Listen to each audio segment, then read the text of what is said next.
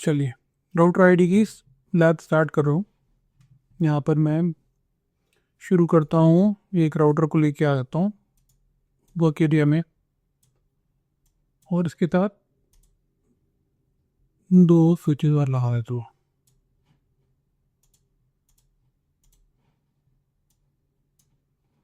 और एक और स्विच फ्रॉम जीएनएसटीवीएम पे रन करो। ये 3 डिवाइसेस का मेरा सेटअप है। कॉन्फ़िगरेशन से राउटर 1 पे करूँगा। ये सिर्फ फॉर्मेलिटी के लिए ये 2 है स्विचेस, बाकी इनका ज़्यादा कुछ काम है नहीं। कॉन्फ़िगरेशन सिर्फ R1 पे करूँगा। तो ये 3 डिवाइसेस हो गई। इसको मैं थोड़ा ऊपर ले जाता हूँ और इनफैक्ट यहाँ ला के इसे थोड़ा ब्लॉक कर देता हूँ। ठीक है, राउटर 1 को मैं स्टार्ट करता हूँ जाके और इसका कंसोल भी शुरू कर लेता हूँ।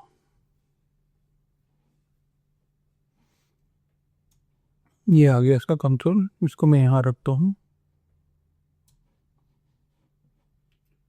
उसको ऊपर ले चलते।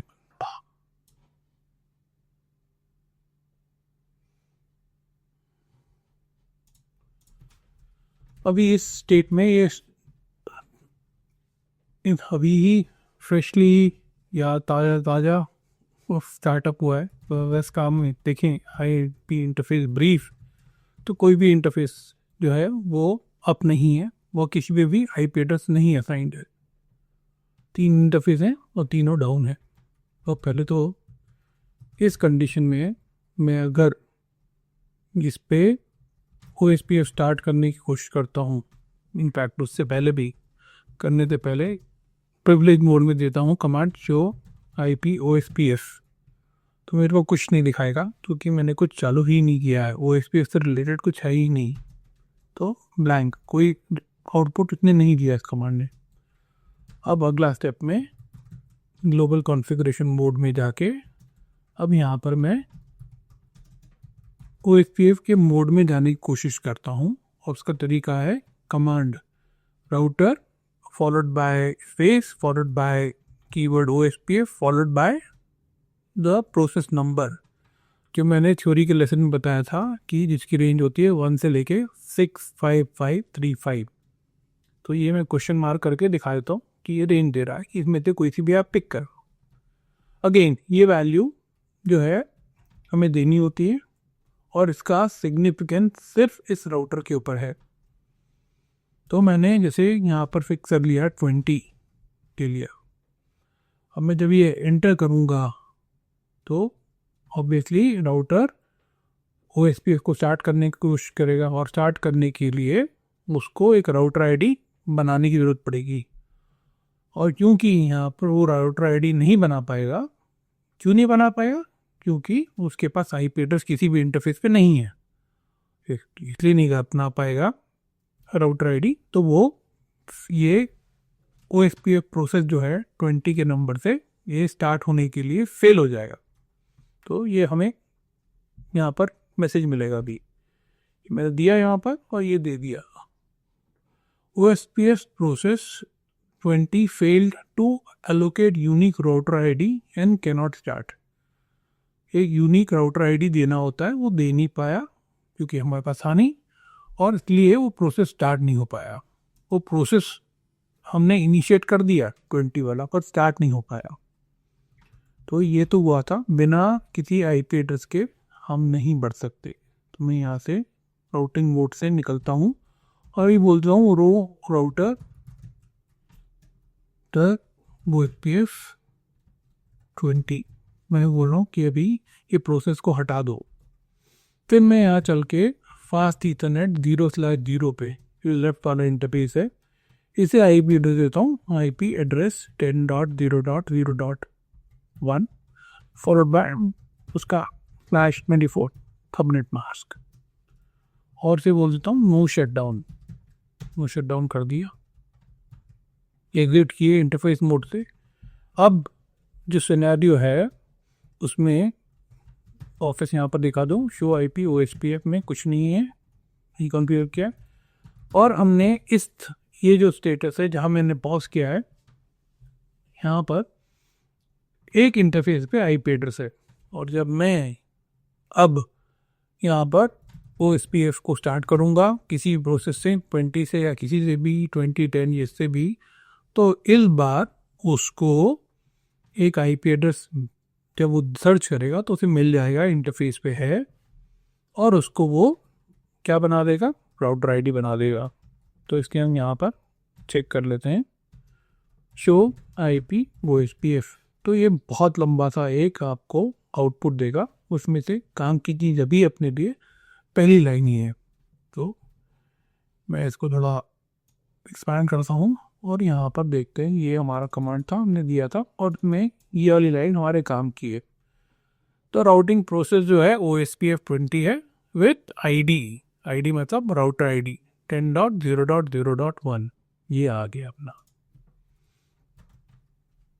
अभी फास्ट इथरनेट 0/0 को ही दिया था। अब अगर मैं इस स्थिति में फास्ट इथरनेट 1/0 को एक आईपी एड्रेस देता हूँ तो उसका राउटर आईडी चेंज नहीं करेगा वो। हम कन्फिगर देख लेते हैं। तो एक बार उसका इलेक्शन हो गया then it will not change. तो यहाँ पर जाके मैं दिया इंटरफेस फास्ट इथरनेट 1/0 और मैंने यहाँ बोलता हूँ आईपी एड्रेस 11.0.0.1 फॉरवर्ड बाय /20 को सबनेट मास्क इस एरिया मैंने एग्जिट कर दिया, एंड कर दिया। तो क्या हुआ, जो आईपी इंटरफेस ब्रीफ में दिख जाएंगे आपको, दोनों का है। इसको हम अब भी कर देते हैं, टर्मिनल इंटरफेस फास्ट इथरनेट 1/0 को नो शट किया और उसके बाद बाहर निकल गया पूरा, शो आईपी इंटरफेस ब्रीफ। एक बार चेक कर लेते हैं वापस, ये आप हो गए। और अब यहाँ अगर मैं शो आईपी ओएसपीएफ देता हूँ तो कोई फ़र्क नहीं पड़ेगा, वो राउटर आईडी वही रहेगा 10.0.0.1। पर अगर अब मैं यहाँ पर चल के बोलूँ नो राउटर ओएसपीएफ 20 कर दूँ, जो प्रोसेस था उसे हटा दूँ, बंद कर दूँ, डिलीट कर दूँ, तो और इसके बाद फिर से स्टार्ट करूं राउटर OSPF 20, तो अब इस केस में हमें देखने को मिलेगा कि जो राउटर आईडी है वो चेंज होके बड़ा वाला बन गया है। जब इलेक्शन हो रहा होता है उस समय कौन कौन अवेलेबल है उन्हीं के बीच में इलेक्शन होगा।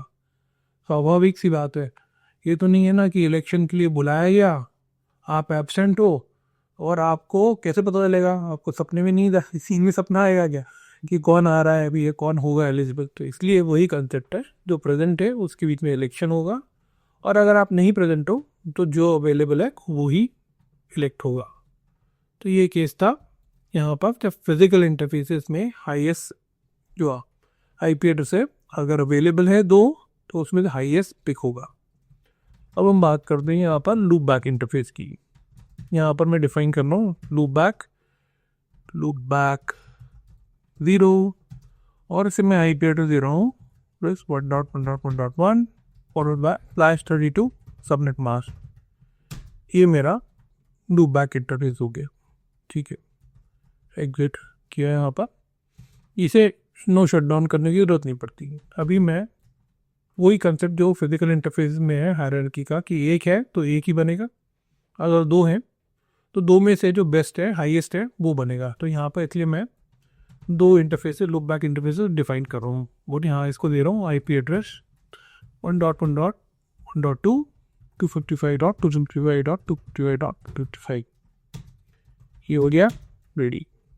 अभी अगर मैं शो आईपी इंटरफेस ब्रीफ करूँ तो मेरे को कुल मिला के 5 इंटरफेस देखेंगे। फास्ट इथरनेट 1/1 पे हमने काम नहीं किया है और इस स्थिति में 2 फिजिकल इंटरफेसेस हैं और 2 लूप बैक इंटरफेसेस हैं जो अप है और जिस पे आईपी एड्रेस दिया गया है।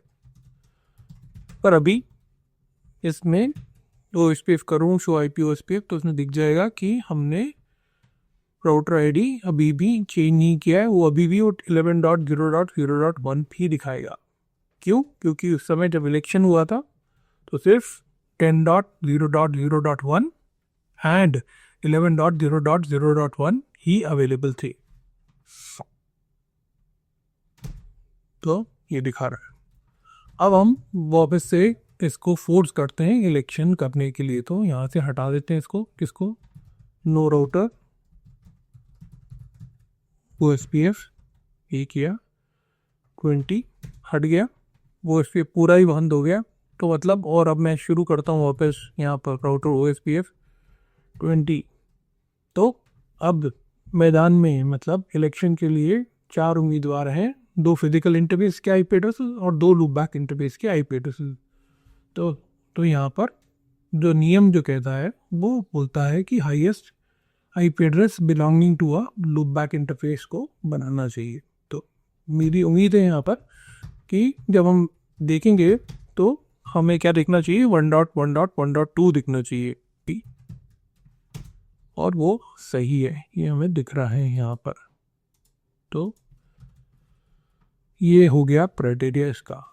अब हमारे पास ये भी ऑप्शन रहता है कि ये सब ऑप्शन तो हैं पर हमें अपना पर्सनल प्रेफरेंस का एक है IP एड्रेस जिसको हम चाहते हैं कि राउटर आईडी बने, तो उसका प्रोविज़न भी है, प्रावधान भी है।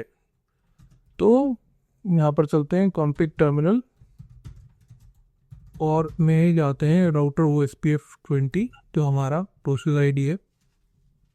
OSPF मोड में गए और यहाँ पर हमने बोल सकते हैं कि हमें क्या चाहिए, तो राउटर आईडी करके बोल दिया, और यहाँ मैं बोलूँगा 1.1.1.1।